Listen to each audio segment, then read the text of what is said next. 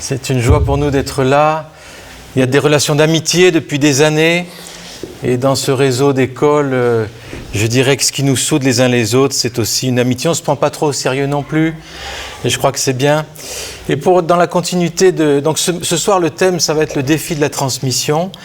Et vous avez remarqué qu'un des exercices consistait à prendre une partie de la vision d'Eden Park, à la choisir et à la développer. Et donc, moi, ce qui m'a touché, c'est cette phrase-là parmi d'autres, mais la Fondation Eden Park affirme que l'éducation et la formation des enfants et des jeunes comprend de leur transmettre un héritage culturel et familial qu'ils puissent s'approprier et à transmettre à leur tour afin de contribuer à écrire l'histoire. Et c'est donc de la transmission que j'aimerais qu'on parle, approfondir un peu le sujet. Et dans ce contexte international qui est quand même difficile, tendu, guerre, bruit de guerre, crise, j'aimerais commencer par une parabole. Et une parabole du Moyen-Âge, une parabole juive du Moyen-Âge. Et il se demandait ceci, qu'est-ce que Dieu pouvait bien faire, tandis que l'empereur Titus investissait le temple, donc en 70 après Jésus-Christ, profanait le Saint des Saints, déportait le peuple. Quelle activité était si urgente et si décisive à ses yeux qu'elle passait avant la défense de son peuple et du lieu de sa présence. Y avait-il donc quelque part une manifestation de Dieu lui-même, encore plus précieuse à sauvegarder, un lieu où son nom était encore plus exposé, un enjeu plus décisif pour l'Alliance? Et la parabole répond ceci, Dieu était occupé à enseigner l'alphabet aux enfants. Et donc là, vous avez quelque chose du cœur de la tradition juive et judéo-chrétienne par rapport à la notion de transmission, d'apprentissage, savoir lire, écrire. Et le but final, bien sûr, on va le voir et on va exposer ensemble plusieurs pistes. Donc, je vous invite déjà ce matin, ça nous a été proposé, mais on ne va pas faire l'exercice, mais imaginez un exercice d'introspection, quelles sont les transmissions qui vous ont tissé, qu'aimeriez-vous transmettre à vos élèves, à vos enfants, à la génération suivante. En tant que parent ou enseignant, il y a un moment, il faut se poser la question. S'il y a un feu qui vient, qu'est-ce que j'aimerais qu'il reste, qu'il demeure? Et puis, une lettre de gratitude. Remercier une personne qui a joué un rôle important dans votre vie. Et moi, j'avais un professeur de philosophie en terminale. Je n'étais pas du tout engagé dans la foi. Mais j'étais ouvert, mais sans plus. Et ce professeur, je me suis rendu compte, a été un instrument pour m'éveiller. Et en tout cas, faire tomber des tas de pensées tordues que j'avais, mais sans m'imposer quoi que ce soit.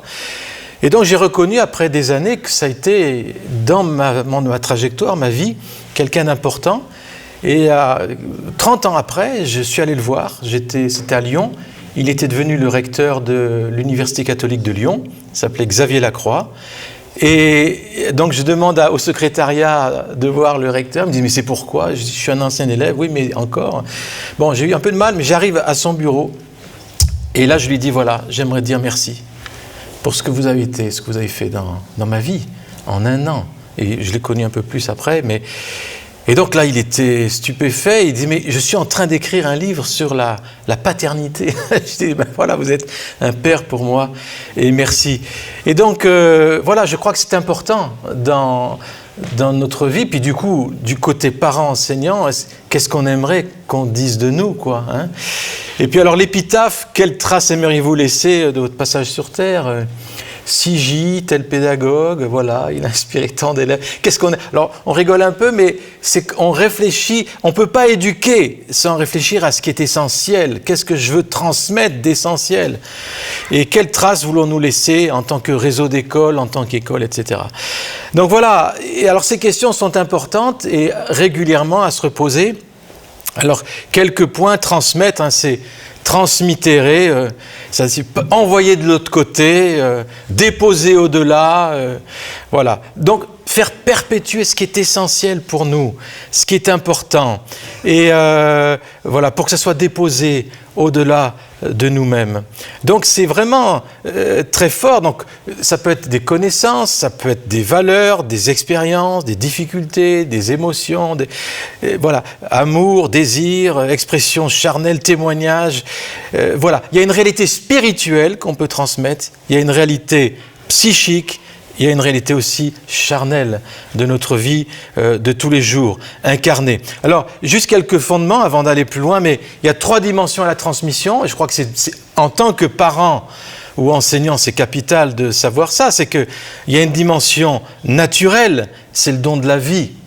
Et ça, nous sommes appelés à transmettre cette vie, bien sûr, déjà en tant que parents, mais on peut transmettre aussi cette vie grand V, dans nos salles de classe. Et puis aussi la notion culturelle, et ça parfois dans nos milieux, je parle du milieu évangélique, protestant évangélique, là il y a un peu parfois une carence.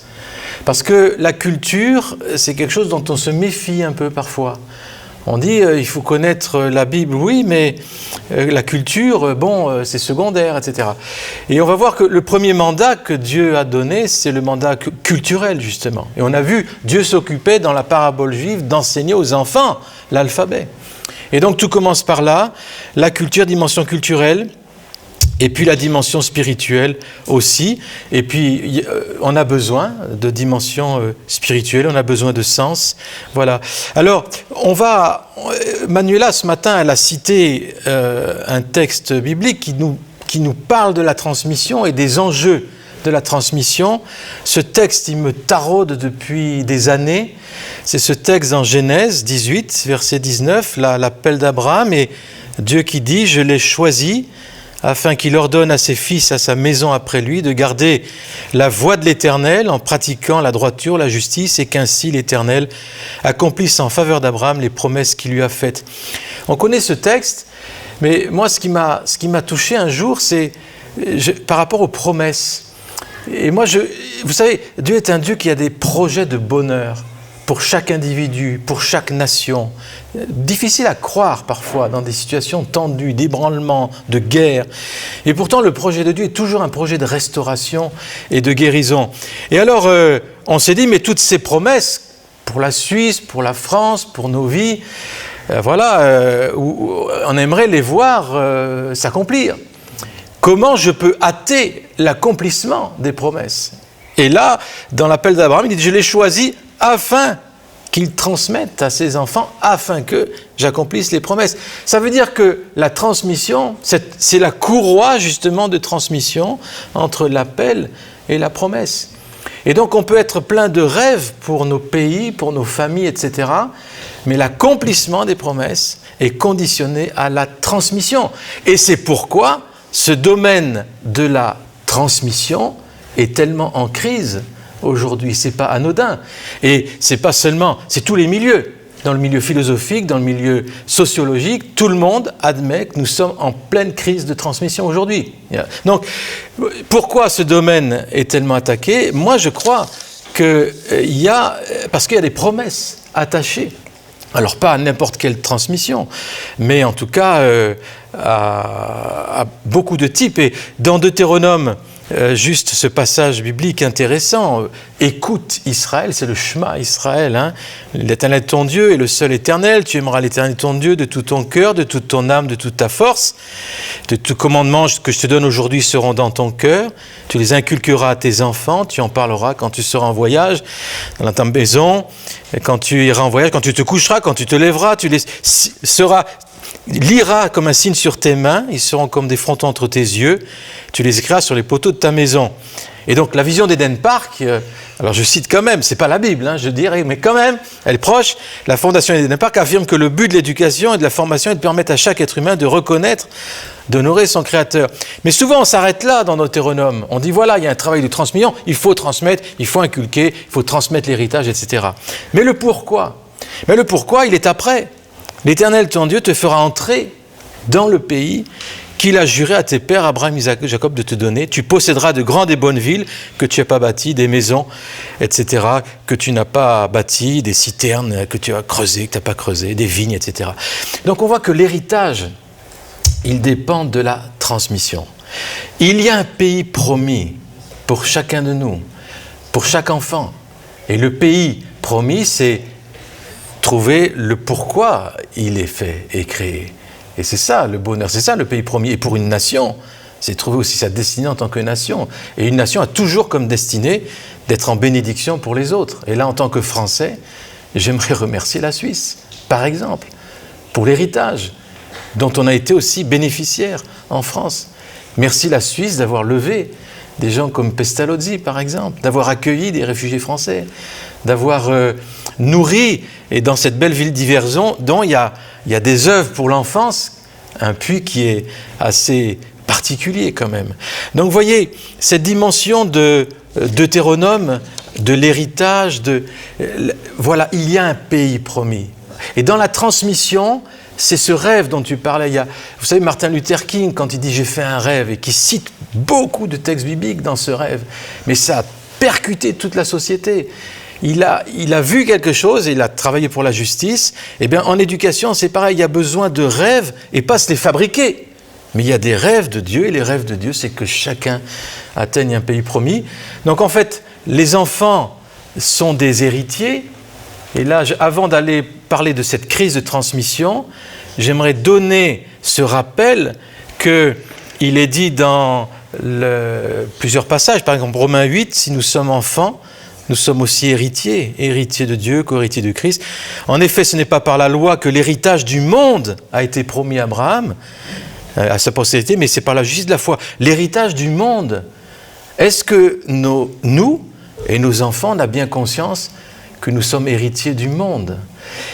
Là, ça change. La vision de l'homme, la définition de l'homme en tant qu'héritier du monde va déterminer ma vision de l'éducation. Si ma vision de l'éducation se heurte à « je transmets pour qu'il y ait un bon métier », une sociabilisation, ce qui est déjà très bien, mais le but, il n'est pas encore assez grand. Mais plus grande est la définition que nous avons d'un enfant, plus défiante et plus riche peut être la vision de l'éducation. Donc c'est là que, voilà, donc l'héritage du monde, rappelez-vous ça, on forme des héritiers du monde. Et pour hériter du monde, vous savez, les princes héritiers, là, le prince Charles dont on nous a rabâché, je ne sais pas en Suisse, mais alors en France, ça y allait. Hein. Mais depuis tout petit, il a été formé à être roi. Depuis tout petit, et ça y allait, chaque jour. Eh bien, si nous on pense, en tant que chrétiens, qu'on forme des fils de rois. Et donc, l'éducation, bien sûr, est touchée. Donc, il y a une crise aujourd'hui de la transmission, parce qu'on se demande déjà, qu'est-ce qu'il faut transmettre? À tel point que, bon, nous, en France, chaque fois qu'on change de ministre, on change de programme. Donc c'est clair. Alors, et en tant qu'enseignant, c'est vraiment fatigant parce que tu t'habitues à quelque chose et hop, ça recommence. Chacun veut mettre son grain de sel. Donc, chaque fois, on se repose la question, mais qu'est-ce qu'il faut transmettre? Qu'est-ce qu'il ne faut pas transmettre? Je sais qu'en Suisse, vous avez le débat sur le numérique en ce moment dans l'école vaudoise, là. Ah, c'est en plein dedans, quoi. Est-ce qu'il faut mettre les tablettes? Est-ce qu'il faut les enlever après les avoir payées? Donc, on est toujours, voilà, dans cette question-là. Ensuite, pourquoi transmettons-nous? Le pourquoi, la finalisation, la finalité. On est pauvre. Tu disais tout à l'heure, Marcel, mais on n'a jamais autant de moyens, mais on n'a jamais été aussi pauvre quant à la finalité de l'éducation, à la réflexion sur la finalité. Et puis, que transmettons-nous? Y a-t-il un héritage à transmettre? Quel héritage? Que voulons-vous? Que devons-nous transmettre? A-t-on le droit de transmettre? Vous savez que c'est une question, ça, en ce moment. A-t-on le droit de transmettre? Parce que toute transmission est vue comme suspecte. Parce que il faut laisser la liberté de l'enfant. Donc, si tu veux transmettre quelque chose, tu risques d'atteindre à cette liberté et de manipuler. Donc, souvent, on est en train parfois de mélanger, et parfois c'est le cas, hein, la transmission avec la manipulation. Donc, on est dans une période où on se pose des tas de questions. Toute transmission n'est-elle pas manipulation, aliénation, enfermement? Quelle réponse pouvons-nous apporter en tant que corps de Christ, en tant que parents, dans une tradition judéo-chrétienne? C'est un peu l'objet de ce soir. On ne va peut-être pas tout brosser, mais voilà. Donc, quatre points. Donc, la crise de la transmission, un peu développer c'est important de connaître notre situation aujourd'hui. Qu'est-ce qui a fait cette crise? Elle n'est pas venue comme ça. Ça met du temps, ça a mis des siècles. Et donc, on va essayer Moi, je suis toujours étonné de voir la puissance des idées. L'idée d'un farfelu, parfois, c'est semé comme ça, et ça prend étonnamment ampleur jusqu'à enfermer dans des raisonnements des nations entières. Et donc, l'histoire des idées est vraiment intéressante, et c'est un peu au travers de ça qu'on va voir ça aujourd'hui, une crise de transmission, un éclairage biblique à la transmission, on l'a déjà un peu abordé. Quel contenu essentiel que moi je vois pour aujourd'hui, pour la transmission, et le comment transmettre si on a le temps, sinon c'est pas grave. Donc la crise de transmission. Donc cette crise aujourd'hui, j'espère qu'on en est conscient. Parce que quand on va en opposer parfois à un vent contraire, on a besoin de savoir pourquoi on fait les choses. Donc cette crise, elle concerne tout l'homme. On sait que toute idée sur la transcendance absolue est contestée au profit des choix très individuels.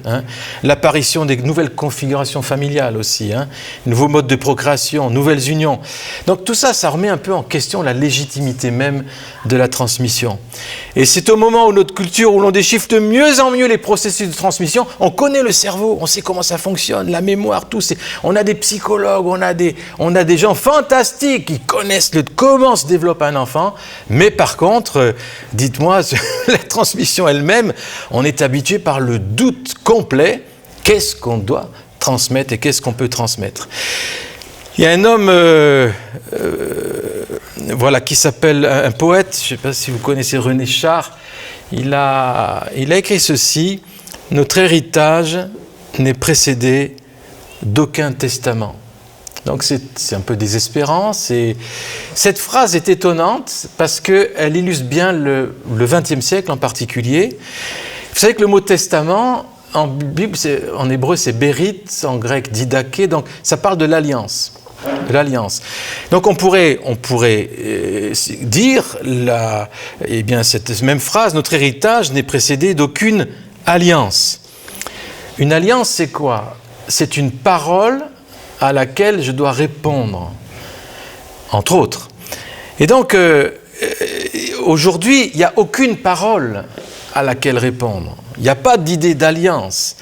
Il n'y a pas d'idée qu'il y a un héritage qui nous est donné, confié.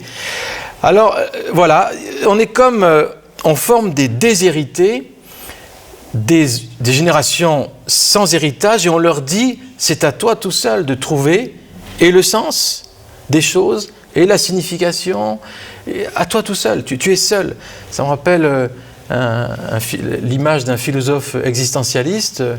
On lui dit, il voit un enfant perdu dans la forêt, et puis l'enfant, je dis, quel est le chemin? Je suis paumé, quoi. Et le philosophe arrive, il lui dit, c'est à toi de trouver le chemin. Ciao. Le môme là. On est un peu comme ça dans la culture et la notion de transmission aujourd'hui. À toi de faire tes expériences tout seul, tu es l'individu, tu dois te construire tout seul, etc. Donc cette histoire d'héritage, d'absence de vision d'héritage, elle me semble problématique aujourd'hui. Et puis, ayant dénoncé les héritages, c'est-à-dire on ne veut pas recevoir, on veut faire par nous-mêmes, j'ai rien à recevoir des autres, et bien du coup, on crée des déshérités. Il y a beaucoup d'adultes qui ne sont pas conscients qu'ils ont un héritage. Je suis pasteur d'une église aussi, je peux vous dire, ça coule pas de source parfois. Et là, au niveau de l'éducation, ça me semble extrêmement important. Il y a une philosophe juive qui s'appelle Madame Catherine Chalier, très intéressante d'ailleurs. C'est je la cite beaucoup dans cours de philosophie avec les terminales par exemple. Elle montre qu'on peut penser philosophiquement à partir du texte biblique aussi. Parce qu'aujourd'hui, on pense que dès que tu prends un texte biblique, c'est que ça y est, tu es mystique, tu es dans l'irrationnel, mais pas du tout. Et donc, cette femme, professeure émérite, donc elle est pétrie de culture biblique et elle est professeure de philo. Et elle a écrit sur la transmission, transmettre de génération en génération. Et elle dit ceci: il y a une crise des actes de transmission dans les sociétés occidentales contemporaines qui préfèrent à la suite de Descartes la mise en doute de tout ce qui est transmis, hein, plutôt que de se mettre à côté de l'école d'un maître ou à l'écoute de tradition. Donc là, français, nous, on s'y reconnaît bien.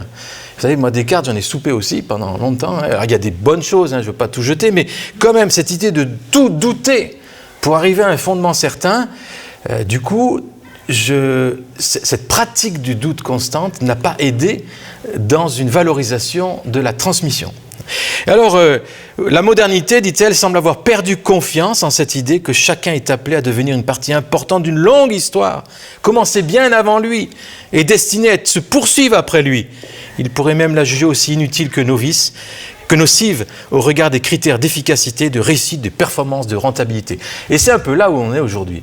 Je ne sais pas au niveau de la Suisse, mais par exemple, en France, nous avons ces systèmes d'évaluation perpétuels. Depuis tout petit, il faut évaluer. Donc on ne fait plus les cours pour qu'ils apprennent quelque chose, mais on fait les cours pour l'objectif d'évaluer, parce qu'on est stressé par l'évaluation.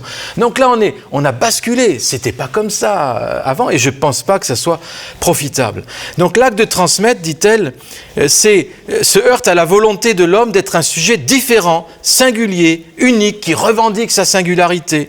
Et l'homme veut organiser sa propre vie, organiser sa loi particulière, autonomie, hein, une moi pour moi, je suis autonome, je veux faire ce que je veux, et je nie tout ce qui s'inscrit dans l'histoire individuelle et collective. Donc vous voyez, la transmission nous rappelle que l'homme n'est pas une fin en soi, il n'est que le maillon d'une chaîne.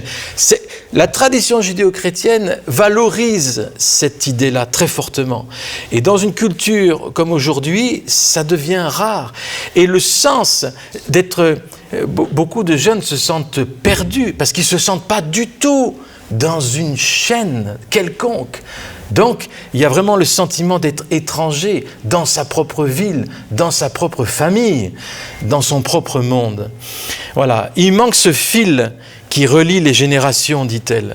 Et il y a une technicisation extrême des moyens de transmission, l'ADN, les neurosciences, tout ça, qui coexistent avec une infirmité de la motivation de transmettre et de la condition de la transmission des êtres humains. Donc on a besoin vraiment de ce fil qui relie les générations. Ici, je salue ce qui se fait dans Eden Park, parce qu'on voit cette vision vraiment transgénérationnelle, rien que dans ce home qui reçoit des gens, des réfugiés, des gens qui ont besoin d'aide aussi, qui n'aimeraient pas vivre seuls.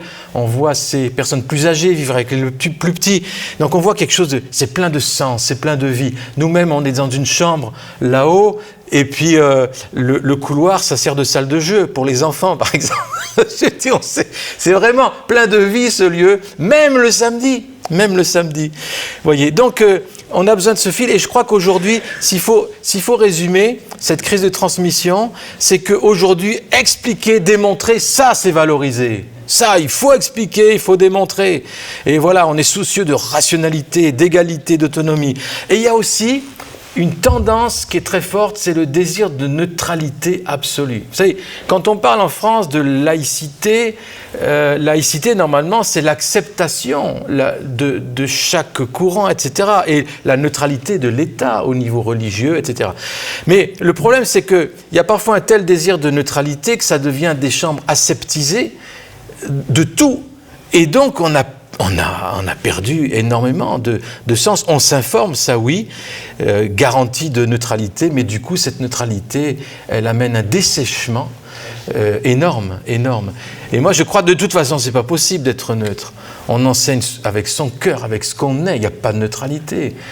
Tu vas accentuer quelque chose selon ton système de valeurs à toi, que tu sois enseignant dans le public ou dans une école chrétienne. La neutralité, ça n'existe pas. Donc déjà, on a besoin voilà, il y a une asphyxie par un désir intense de neutralité, et ça, c'est elle qui le dénonce. Alors, quelques mots sur Descartes, parce que cet homme-là a façonné la façon de penser sur des siècles, et je vois bien en France, on aime souvent, même dans le milieu chrétien, voilà, il y a la thèse, puis on va chercher l'antithèse, quoi, hein, de tout, pour faire une petite synthèse. Voilà, ça on a été formé comme ça au lycée, etc. Et donc toute thèse, bon, on la prend avec beaucoup d'esprit critique. Il y a des bonnes choses là-dedans, mais c'est souvent des voies de garage. Donc la culture, c'est une déformation de notre nature. J'apprenais à ne rien croire trop fermement. Ça, c'est Descartes, vous voyez. Revenons à cette lumière naturelle de la raison et libérons-la de tout ce qui nous a été imposé par l'école, de tout ce qui, plus largement, nous a été transmis. Donc là, c'est clair, cette méfiance, elle vient surtout de cette période-là du XVIIe siècle. Là, c'est le basculement par rapport à la vision même de transmission et donc à la vision de l'éducation. L'individu, unique auteur de son savoir, je pense. Il est intéressant de voir dans la tradition biblique, et même du Nouveau Testament, c'est nous pensons. Nous avons la pensée de Christ. La tradition protestante dit les Écritures seules. Mais on pourrait rajouter jamais seul avec les Écritures aussi. Donc il y a l'idée du nous, de la communion, de ne pas réfléchir et penser tout seul. On a besoin des autres, on a besoin de l'éclairage des autres, etc. Donc voilà, ça, ce Descartes n'a pas que apporté, vous voyez, des bonnes choses, mais sûrement le doute, l'unique auteur de son savoir. D'ailleurs, c'est intéressant, on veut être le propre auteur et du coup, on rejette l'auteur. Donc on apprend à douter, souvent plutôt qu'à croire. Et ça, c'est un des problèmes. Puis alors Rousseau, est-il suisse, est-il français? Chacun se l'approprie. Moi, je vous le laisse. Moi, je vous le laisse. Voilà, j'aime beaucoup ses écrits, ses rêveries. C'est un écrivain magnifique et il a eu le mérite d'être un des premiers à s'intéresser à l'enfant. Et ça, je ne lui retire pas. Mais voilà, le progrès de la civilisation a rendu l'homme à la fois mauvais, malheureux. Et plus l'homme a perfectionné la culture, plus il s'est perdu en s'éloignant de la nature. Bienheureux ceux qui n'ont jamais appris, dit-il. Ceux qui ne sont jamais allés à l'école. Voilà, ne rien recevoir de ses parents ou de ses enseignants. Et puis alors, dans son discours sur l'origine des fondements de l'inégalité, vous avez des passages succulents. L'homme à l'état naturel ne dispose d'aucune technique, mais cette pauvreté est une grande richesse. En ce qu'elle permet le développement de ses facultés naturelles, l'homme à l'état de nature ne connaît pas la maladie. Notre société prolonge l'analyse de Rousseau, qui considère que tout mal vient de la distance que la folie de notre savoir a placée entre nous et l'équilibre naturel. Donc vous voyez, la culture nous aurait dépouillés en fait de notre véritable identité. Donc là, cette méfiance-là, il faut retrouver le sens de la nature. Et puis dans le film L'Avatar qui va ressortir pour les fans le 12 décembre sur les écrans, le volume 2, je dis, c'est pas une pub, mais je sais ça. Moi, j'ai assez aimé ce film, et tout d'un coup, j'ai réfléchi, j'ai dit, oulala, ce film nous dit, la culture nous a dépouillés, il faut retrouver le sens de la nature. Et donc, il y a quelque chose il y a des belles choses dedans, mais quand même, on a affaire là à une tradition, vous voyez, assez longue, et qui vient en particulier, qui a été nourrie par ce Jean-Jacques Rousseau. Aucune œuvre n'a autant inspiré les théories pratiques éducatives, donc c'est le refus de toute transmission. Et donc là, c'est assez net, je cite quelques passages. Son précepteur, on peut dire son maître, rendra un immense service à Émile en ne lui transmettant jamais aucune connaissance, mais en le laissant construire par lui-même tout son savoir. Il y a des échos modernes là. Voilà. Mieux vaut la pureté de l'ignorance que l'aliénation de la transmission. Je cite, ô toi qui vas conduire l'enfant dans ces périlleux sentiers, tirer devant ses yeux le rideau sacré de la nature, tremble. Souviens-toi sans cesse que l'ignorance n'a jamais fait de mal, que l'erreur seule est funeste et qu'on ne s'égare point parce qu'on ne sait pas, mais parce qu'on croit savoir. Alors, il y a des choses qui ne sont pas fausses, mais voilà, il y a quand même un refus de la transmission, refus de la culture. L'enseignant ne doit surtout rien transmettre, et ça, c'est très moderne. Moi, j'ai un ami qui a passé son CAPES il y a déjà pas mal d'années. Il arrive en formation d'enseignant, première formation pour enseignant, donc tout l'amphithéâtre. Le formateur arrive et il dit ceci: « J'espère que vous êtes bien au courant que vous n'êtes pas ici pour transmettre quelque chose. Votre métier, c'est pas de transmettre. » Alors, mon ami dit, mais attends, mais je fais quoi ici, quoi? Mais c'était la première phrase pour formation d'enseignant, vous n'avez rien à transmettre. Vous vous rendez compte? Donc, c'est cette idée que la transmission serait une manipulation, et donc, elle est très fortement ancrée dans les formations d'enseignants et d'instituteurs aujourd'hui même. Donc voilà, refus de... Voilà, je hais les livres, le livre nous détourne du réel, qu'ils apprennent en détail, non dans les livres, mais sur les choses. Je hais les livres, ils n'apprennent qu'à parler de ce qu'on ne sait pas. Je veux qu'Émile soit ni musicien, ni comédien, ni faiseur de livres. C'est notre liberté que la culture met en péril, etc. Alors que le mot « livre », c'est « libère », c'est justement « liberté ». Donc ça, vous voyez, on a un drôle d'héritage, la Suisse, je pense, ou la France, hein, on va voir. Voilà. Et le livre nous détournerait du réel, vous voyez, c'est quand même assez étonnant. Et puis, la charte de l'éducation contemporaine, la médiation est présentée comme une aliénation. Hein, laisser l'enfant être lui-même, conception négative de l'autorité. C'est voilà, condamnation du livre. Le but du pédagogue n'est pas de transmettre, d'enseigner, mais de faciliter, être des facilitateurs, mais plus des transmetteurs. Le but du pédagogue n'est pas de transmettre, ni d'enseigner, mais de faciliter. Condamnation du cours magistral. Alors ça aussi, c'est très moderne, ça. Plus de cours magistral, t'as rien à dire de toute façon. Donc il faut arrêter, il faut tout taire. Mais moi, mes amis, beaucoup de choses que j'ai reçues, c'est en cours magistral, mais pas n'importe cours magistral. Magistral dans le sens du terme, c'était magistral. Et du coup, ça a changé parfois mes opinions, ma vie, ça a influencé. Je me rappelle des cours en université, même des cours en terminale. Et le professeur, il parlait, on ne faisait pas des exercices, des manipulations, mais en terminale, c'est plus trop le moment. Mais quand même, on était là à écouter, et il y avait des choses qui se passaient, il y avait une transmission qui se passait. Il se passait des choses là-dedans, ça fumait. Mais ces paroles nous ont marqués. Donc le cours magistral, il a sa place aussi, vous voyez. Donc voilà, bon, aujourd'hui, dans la condamnation du livre, cours magistral, etc., l'affirmation que l'école, au lieu de transmettre une culture, doit déconstruire des repères qui se trouvent véhiculés par l'histoire, la littérature, la langue. Donc aujourd'hui, dans les manuels scolaires, c'est très clair. Le mode occidental, il est pourri, on n'a fait que des colonisations, on se condamne de tout ce qu'on a fait. C'est le wokisme dont on parle est très présent dans les nouveaux manuels scolaires. C'est très tendance. Hein. Donc, vous voyez, ce que je vous raconte là, c'est cette influence modernisée de Rousseau, elle est vraiment là. Et puis alors, on a un homme, vous voyez, en France, dans les années 60-68, juste avant les grosses révoltes, c'est Bourdieu. Alors lui, la transmission, c'est carrément une faute contre la justice. Et là, nous avons un courant marxiste très, très prégnant dans la vision de l'éducation. D'ailleurs, j'aimerais vous rappeler que la théorie du genre, ça vient d'une philosophie marxiste, léniniste, qui est passée par les États-Unis et qui est revenue en Europe. J'étais dernièrement à Bruxelles avec des responsables de réseau d'écoles protestantes, et il y a une juriste internationale roumaine qui nous a fait un topo sur cette théorie en montrant les racines, et le but, c'est la destruction de la famille. Un des buts marqués. Et donc elle a dit, mais vous faites avoir. Complètement. Vous n'avez pas accepté le marxisme en tant que principe économique, mais la philosophie que vous acceptez en ce moment partout, elle vient de la même chose, c'est la même racine. Alors là, j'ai fait des recherches et j'ai trouvé, effectivement. Donc là, fin de la parenthèse, mais ce Bourdieu, alors, la culture, instrument de domination, vous voyez, puisqu'il est désormais entendu que la médiation de l'adulte n'est pour l'enfant que perturbation, pollution, il faut comprendre la transmission comme une faute. Donc l'école élimine, évacue, condamne, etc. Donc voilà, ce discours a été fait jusque dans les chaires d'université.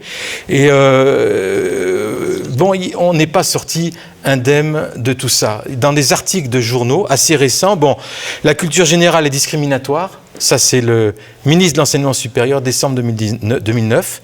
Voilà. Faut-il liquider la culture générale? Marianne, 2012. Il y en a encore qui sont ressortis récemment. La culture générale favorise-t-elle les riches? Voilà. Donc il y a cette idée que la culture, ça serait pour... Il faut arrêter avec ça. Ça fait des classes dominantes. Et puis, donc il faut arrêter avec cette histoire de transmission de culture. Donc vous voyez, ça c'est très fort. Et moi je crois vraiment que là, il y a cette vague, elle amène quelque chose qui est sans espérance. Et qui amène une véritable aliénation. Voyez. Sans culture, je pense qu'il y a une véritable aliénation. Et nous avons besoin d'être au courant de cette crise, comme elle est profonde, d'où elle vient, parce que nous sommes appelés, figurez-vous, il y a une expression biblique que j'aime beaucoup, appelée des réparateurs de brèches.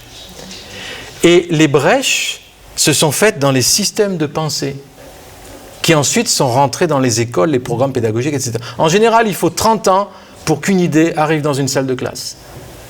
30 ans à peu près, parfois plus. Mais on a besoin, nous, d'avoir des idées différentes. Colmater des brèches. Là, c'en est une de brèche. Et voyez, dénoncer l'indifférence comme dogme. Nous préférons refuser de savoir, refuser de voir, de reconnaître ce qui nous précède, afin de rester indéterminés. Et on croit être parfaitement libre comme cela.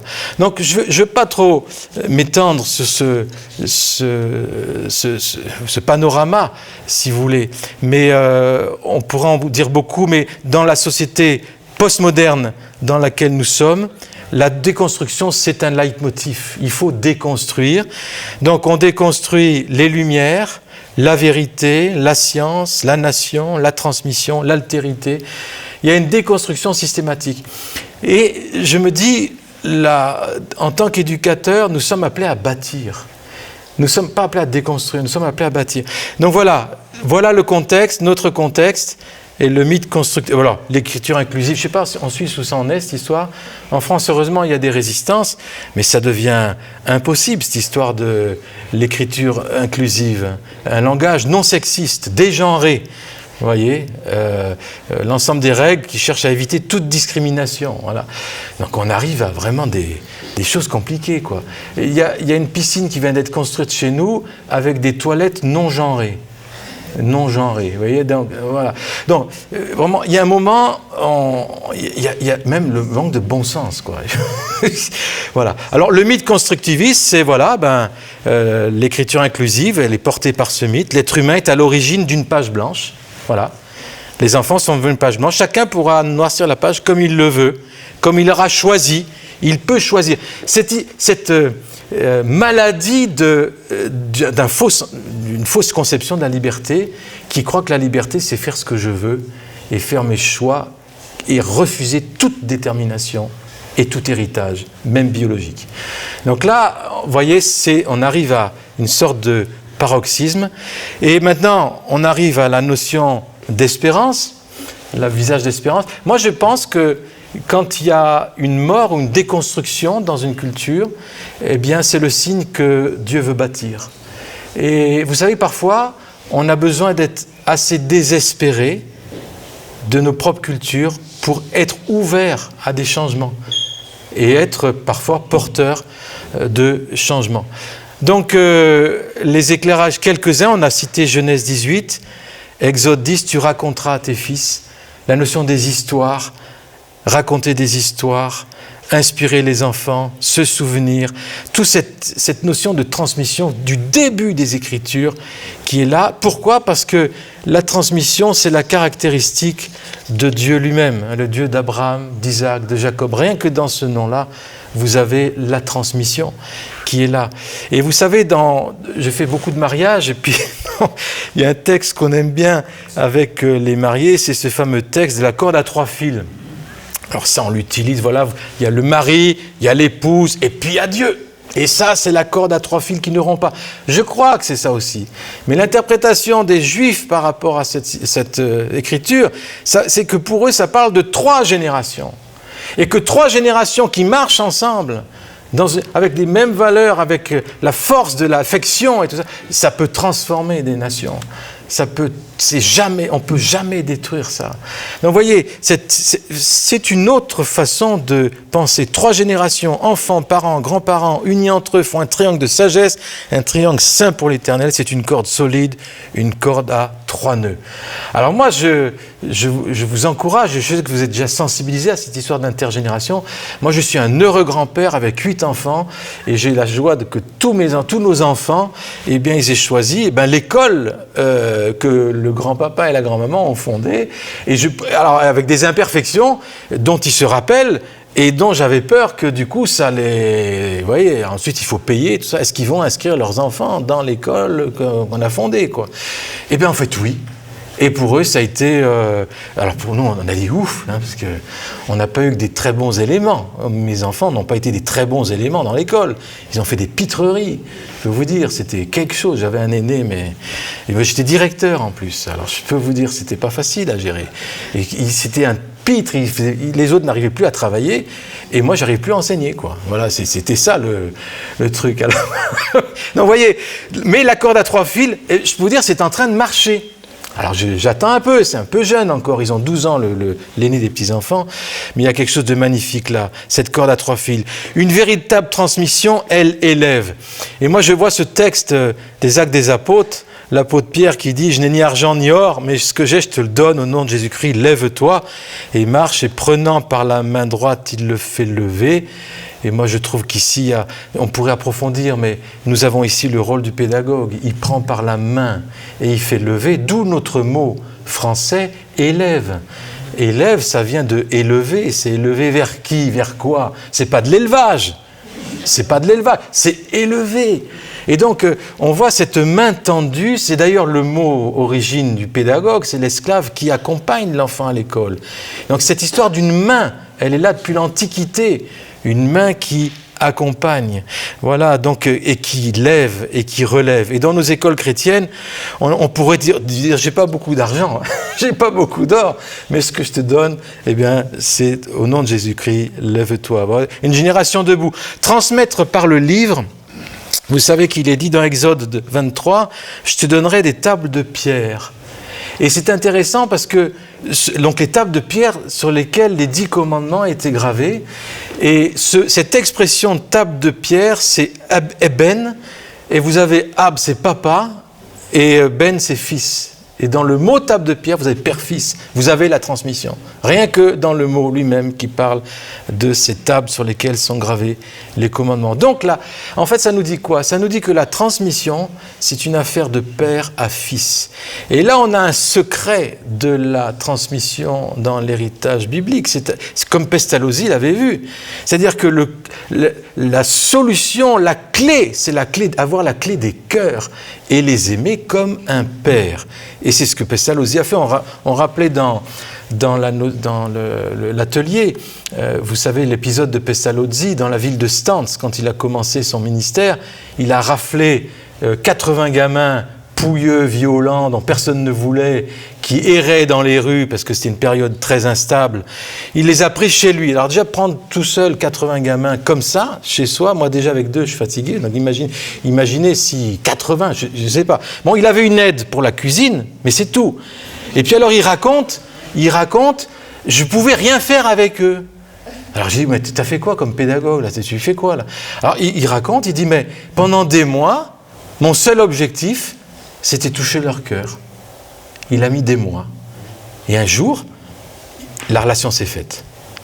Et à partir de ce jour, transmission, à tel point que les enfants le soir, il leur disait, alors les enfants, vous voulez aller jouer maintenant ou vous voulez encore apprendre?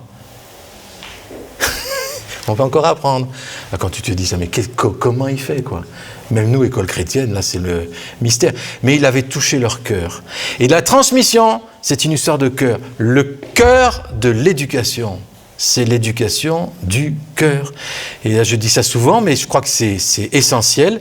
Et c'est une histoire de père, au sens, pas père biologique, mais la paternité, et puis la maternité des pères et des mères, parce que c'est qu'avec des pères et des mères qu'on a des fils et des filles.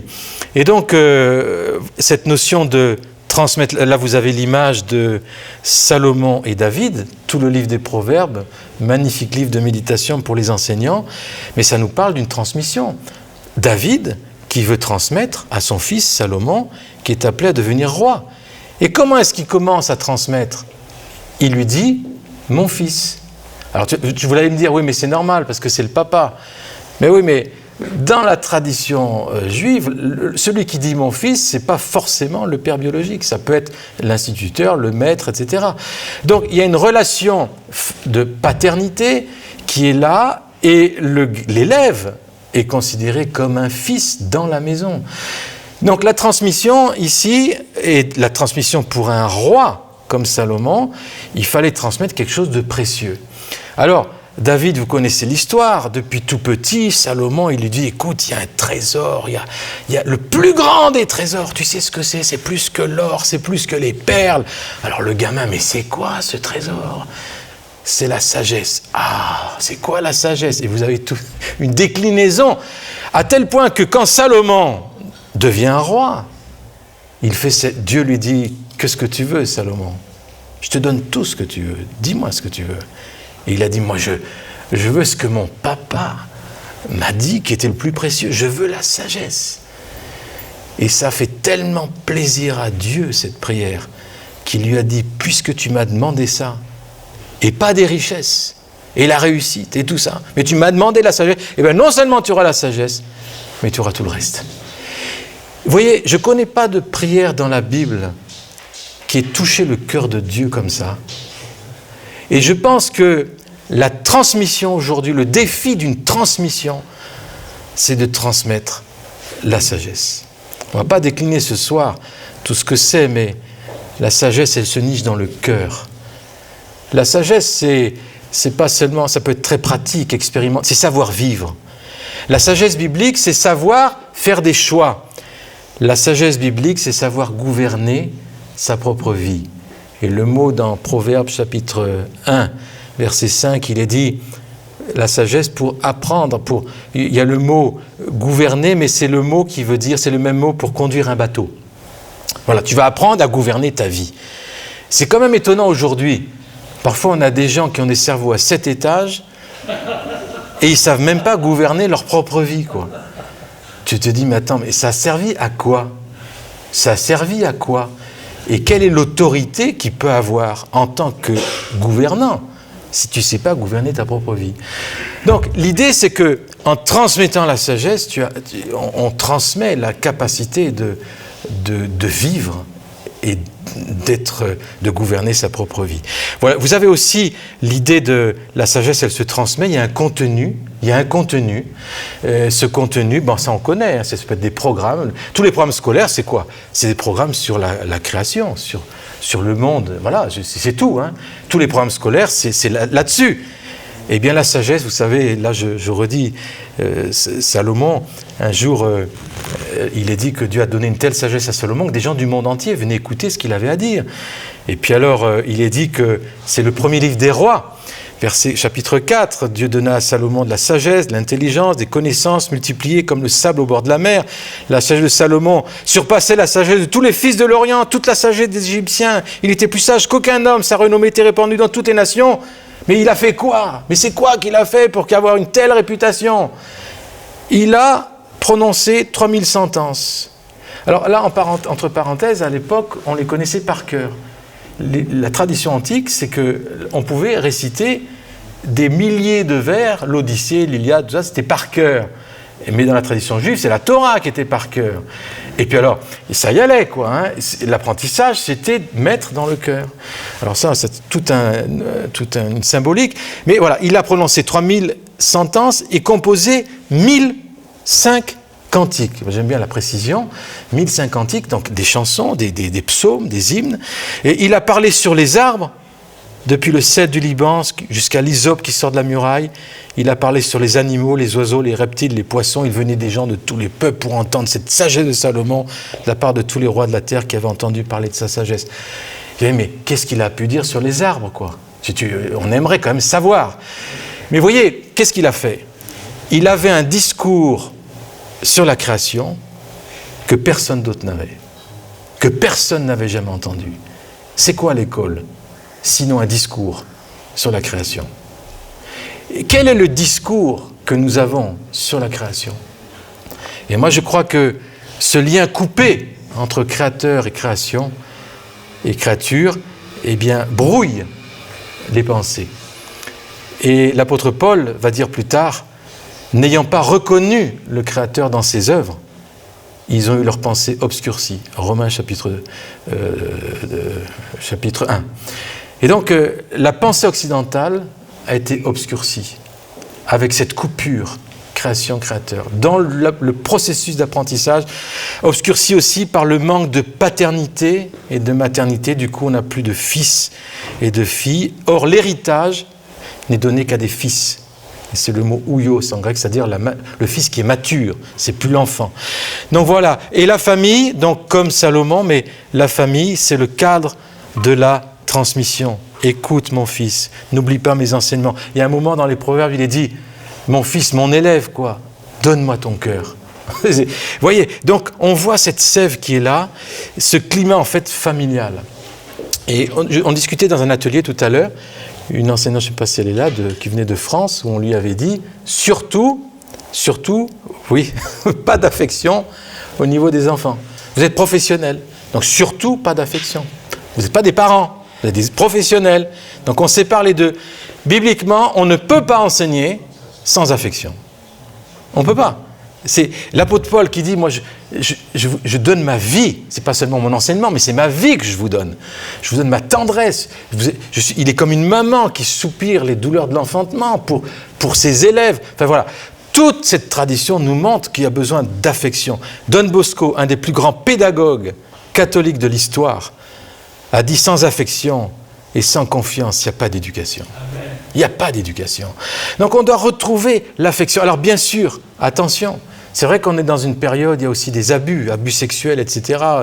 Je comprends des lois qui peuvent être données pour faire attention, mais pas au détriment d'une affection réelle. Et voilà. Donc, voyez, transmettre la famille, c'est le cadre. La Fondation Eden Park affirme que le mandat de l'éducation et de la formation des enfants, de la jeunesse, appartient d'abord à la famille, qui, avec l'école, forme une communauté éducative. En fait, une école, je dis souvent, c'est pas une école. Une école qui se veut chrétienne, c'est une communauté qui gère une école.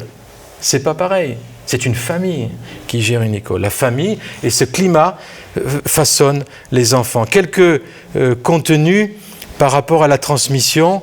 L'homme sans culture est étranger à sa propre humanité. Vous savez, l'enfant sauvage, on a fait des expériences d'enfants sauvages, etc. Mais ils n'ont rien pu faire avec. C'était vraiment la cata. On ne peut plus valoriser la nature qui fait par elle-même quand on a connu ce genre d'expérience. Relisez les expériences des gens du 19e qui ont accueilli des enfants sauvages pour voir un peu ce que ça fait. Vous allez voir, c'est concluant. Il y a besoin de culture, ça c'est clair. Voilà, donc parmi tous les êtres vivants, l'homme se distingue par le fait qu'il a besoin de l'autre pour accomplir sa propre nature. Et en s'offrant à l'enfant la culture qu'il lui transmet, l'éducateur lui ouvre le chemin. C'est pour ça qu'on apprend à lire, écrire, etc. Bien sûr, bien évidemment. Ça commence par là. Et la culture, elle nous transforme. Elle nous fait pas devenir autres, mais elle nous conduit à nous-mêmes, à qui nous sommes véritablement. Grâce, moi je ne sais pas, parfois on lit des ouvrages, on lit un roman, tout ça, on voit un film, il y a quelque chose en nous qui peut grandir, qui résonne, et je deviens plus moi-même au contact de la culture. Et moi c'est au contact souvent de lecture, de méditation. Quand on lit la Bible, on est au contact de quoi? D'auteurs. Alors bien sûr que c'est Dieu l'auteur, mais au travers de personnages, de bergers, de rois, de pêcheurs. Et ça, cette variété-là, elle m'enrichit et elle fait que je deviens vraiment moi. Donc on a besoin de la culture. Pour connaître le monde et même pour être soi, il nous faut les mots des autres, rien que le langage. Le mot des autres. Le remède à la pauvreté inhérente de toute culture, c'est la culture elle-même et non sa fuite. Donc dans nos écoles, je pense, il y a besoin vraiment de soigner cette transmission, simplement de la culture, simplement de la culture. Déjà ça me paraît tellement important. Et pas utiliser par exemple la Bible comme un prétexte pour ne plus penser par soi-même. Voyez ? Et donc ça peut être aussi une déroute, une déviance possible. On a besoin d'armer les enfants à penser par eux-mêmes et plus grand sera l'héritage culturel, plus ils auront de bagages, bien sûr. Vous connaissez Albert Camus, j'aimerais vous lire quand il a reçu le prix Nobel. Alors, ce n'est pas un modèle d'espérance, Camus, on est bien d'accord.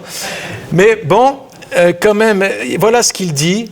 Il avait eu un maître d'école, il était donc dans les écoles d'Afrique du Nord, il était pied noir. Et puis alors, un maître d'école M. Germain. Et donc en 1957, quand il a reçu le prix Nobel, la première chose qu'il a faite, c'est d'écrire à son instituteur. Et alors voilà ce qu'il dit. Nous sommes le 19 novembre 1957. « Cher Monsieur Germain, j'ai laissé s'éteindre un peu le bruit qui m'a entouré tous ces jours-ci, avant de venir vous parler un peu de tout mon cœur. On vient de me faire un bien trop grand honneur, que je n'ai ni recherché ni sollicité. Mais quand j'ai appris la nouvelle, ma première pensée après ma mère a été pour vous. Sans vous, sans cette main affectueuse que vous avez tendue au petit enfant, pauvre que j'étais, sans votre enseignement, votre exemple, rien de tout cela ne serait arrivé. Je ne me fais pas un monde de cette sorte d'honneur, mais celui-là est du moins une occasion pour vous dire que ce que vous avez été et êtes toujours pour moi, et pour vous assurer que vos efforts, votre travail, le cœur généreux que vous y mettiez sont toujours vivants chez un de vos petits écoliers qui, malgré l'âge, n'a pas cessé d'être votre reconnaissant élève. Je vous embrasse de toutes mes forces. Donc là, vous avez tout. Vous avez l'affection, vous avez la confiance, vous avez tous les efforts qui ont été mis, mais il manquait une chose, c'est le sens de la vie. Et Camus, eh bien, il n'avait pas ça. Un homme désespéré, qui avait soif de beauté, de pureté, mais voilà. Et je pense que nous avons besoin de transmettre, comme cet instituteur, mais avec le sens de la vie et de la destinée, qui fait qu'un jour, et peut-être, on ne l'oblige pas, mais les enfants se rappellent et puissent de nouveau. Moi, j'ai eu un ancien élève, je l'ai eu 1 an, il a fait 1 an chez nous, il a mal tourné après, et je l'ai revu, et il sortait de prison. La première chose qu'il a faite en sortant de prison, il sonne chez moi. Je dis que c'est qui? Puis moi, je ne me rappelais plus, les anciens élèves, je ne sais pas vous, mais moi, j'ai du mal quand même. Hein. Déjà, physiquement, il change, mais alors les noms, pour me rappeler les noms, ma femme est meilleure. Mais enfin, voilà. Il se présente, ancien élève, vous vous rappelez? Je dis oui, parce que tu sais. Mais bon, alors, il vient, et puis il me raconte toute sa vie. Et moi, ça m'a touché, parce que c'est la première chose qu'il a faite. C'est comme s'il revenait à la case d'avant la vrille, quoi. Donc, quel repère, juste 1 an comme ça dans sa vie, et ça a suffi.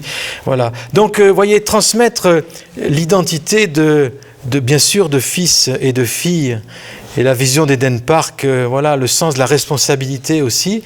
Et bibliquement, les fils et les filles sont les héritiers, et donc sont responsables de la création, etc. Donc voilà, la fondation Eden Park affirme que le but de la vie n'est pas d'en attendre une autre.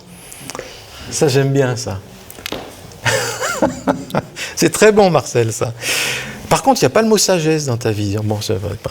Au contraire, elle entend permettre aux enfants et aux jeunes de vivre par dessein, portés vers le changement, de s'impliquer dans les problèmes de ce monde, en portant sur lui un regard critique, afin d'être par leur action un ferment d'un monde nouveau. Vous savez, on connaît la phrase « Dieu a tant aimé le monde » qu'il a envoyé son Fils unique, afin que quiconque croit en lui ne périsse pas, mais qu'il ait la vie éternelle. Mais en fait, il y a un principe ici. Le monde est en crise, en difficulté, et vous savez que comment Dieu résout et amène sa guérison, il envoie des fils et des filles. C'est toujours pareil, pour résoudre les problèmes de ce monde. Non, il y a quelque chose de tellement important dans cette transmission. Nous sommes appelés à lever des fils et des filles parce que Dieu continue d'envoyer ses fils et ses filles pour résoudre les problèmes dans ce monde et être du sel, de la lumière, de l'espérance. Et ça n'a pas changé. Donc c'est cette matrice qui est intéressante. Voilà. Donc dans l'école d'Éden, eh bien, je vous rappelle que dans la Genèse, ils étaient instruits directement par Dieu. Et vous savez comment il était appelé le premier élève de l'univers? Adam. Alors les gens disent oui, c'est Adam, poussière, tout ça. Oui, mais dans la généalogie de Luc, il est appelé fils de Dieu. Il était fils de Dieu, Adam. Imaginez, non, les élèves doivent savoir qu'ils sont fils. Fils de Dieu, quoi. Est-ce qu'on le sait, ça? Alors, enfin, on peut vivre sans le savoir, mais c'est tellement beau de l'apprendre par révélation, de le goûter, de le savoir. Voilà, donc, comment transmettre? Juste quelques points et je termine. Quelques pensées comme ça. Je n'ai pas la prétention de boucler tout, bien sûr, hein, mais tout scribe instruit, c'est Matthieu 13, de ce qui regarde le royaume de Dieu, est semblable à un maître de maison qui tire son trésor des choses anciennes, des choses nouvelles. Voilà, quelqu'un me disait transmettre, on parlait de Racine et d'elle hein, pour Lausanne, là, ce que tu me disais tout à l'heure, parce qu'il y a une sœur au milieu de nous qui a à cœur un projet sur Lausanne. Et elle a ces 2 mots, Racine et elle. Et voilà, et moi je trouve que nous sommes là, nous devons lever une génération qui a des racines, mais qui ne sont pas empêtrées dans les racines, mais des racines pour prendre l'envol, amener des choses nouvelles, bien sûr. Voilà, la réflexion d'Hannah Arendt, et c'est cette réflexion de Hannah Arendt, c'est pas la citation d'Eden Park, hein, c'est une autre. Le conservatisme est l'essence de l'éducation, mais de l'éducation seulement. En politique, cette attitude conservatrice qui accepte le monde tel qu'il est et ne lutte pas pour préserver le statu quo ne peut mener qu'à la destruction. Car le monde, dans ses grandes lignes, comme dans ses moindres détails, serait irrévocablement lié à l'action destructrice du temps sans l'intervention d'êtres humains décidés à modifier le cours des choses, à créer du neuf. Et regardez ce qu'elle dit. Si bien que c'est justement pour préserver ce qui est neuf et révolutionnaire dans chaque enfant que l'éducation doit être conservatrice. C'est beau. Le rôle conservateur de l'éducation, c'est préserver ce qui est révolutionnaire et neuf dans chaque enfant. Elle doit protéger cette nouveauté et l'introduire comme un ferment nouveau dans un monde déjà vieux, qui, si révolutionnaire qui puisse être ses actes, est du moins, du point de vue de la génération suivante, suranné et proche de la ruine. Donc voilà, et puis alors voilà, la Fondation Eden Park affirme qu'en conjuguant tradition et innovation, au moyen d'un esprit d'excellence, elle parviendra à déterminer les buts, à poser les fondements, à créer les moyens propres, à faire au 3e millénaire des enfants porteurs d'espérance dans le monde. Donc on voit tout cet héritage de la transmission biblique qui est quand même très présent dans ce beau texte d'Eden Park. Un autre point, développer l'esprit critique. Là, quelques petites pensées. Vous savez que le Talmud, donc c'est la transmission de la tradition orale d'Israël. Hein, donc c'est tout ce qui régit la vie quotidienne, les rituels, mais ainsi la pensée, l'exégèse des Écritures, tout ce qu'on pensait et dialogué et combattu comme interprétation des Écritures. Donc il y a une sorte de dialogue vivant, toujours présent. Et donc, cette façon de travailler chez les Juifs dans les rites, donc de dialoguer, de questionner le texte, de se poser des questions, vous voyez, il y a une dynamique qui est là, ce qui est propre aux études dites talmudiques, c'est une sorte de dialectique. Eh bien, donc, la grandeur des enseignants, là, c'est que la transmission, c'est donner aussi la transmission de s'opposer à la transmission. Vous allez me dire, c'est bizarre ça, hein ? Mais c'est ça la liberté. C'est ça la liberté. Et la vraie transmission, c'est quand chaque enfant est capable, pourrait s'opposer à la transmission qu'il a reçue. Et là, nous sommes dans une transmission qui est libre. Et c'est plus de la manipulation. Et vous savez, en Corée du Sud, ils ont vu le nombre de prix Nobel qu'il y a en Israël par rapport au nombre de la population. Ils se sont dit, mais comment ils font ? Eh bien, ils ont remarqué que le dialogue, l'éducation dans le dialogue, la dialectique, la confrontation des idées perpétuelle, etc., dans le respect, mais quand même. Donc cette tradition-là, elle formait plus que n'importe quoi à vivre dans la société aujourd'hui. Donc ils ont proposé dans le programme d'éducation nationale en Corée, si j'ai bien compris, le dernier ministre de l'Éducation, d'insérer cette façon de travailler talmudique dans les écoles publiques, pour stimuler l'intelligence. Voilà des idées intéressantes. Et voilà, et je suis en contact avec le responsable du réseau des écoles juives en France, et il me parle à l'école de l'Alliance, une école à Paris. Il dit c'est d'ailleurs les héritiers de Lévinas, ceux qui connaissent ce penseur et philosophe.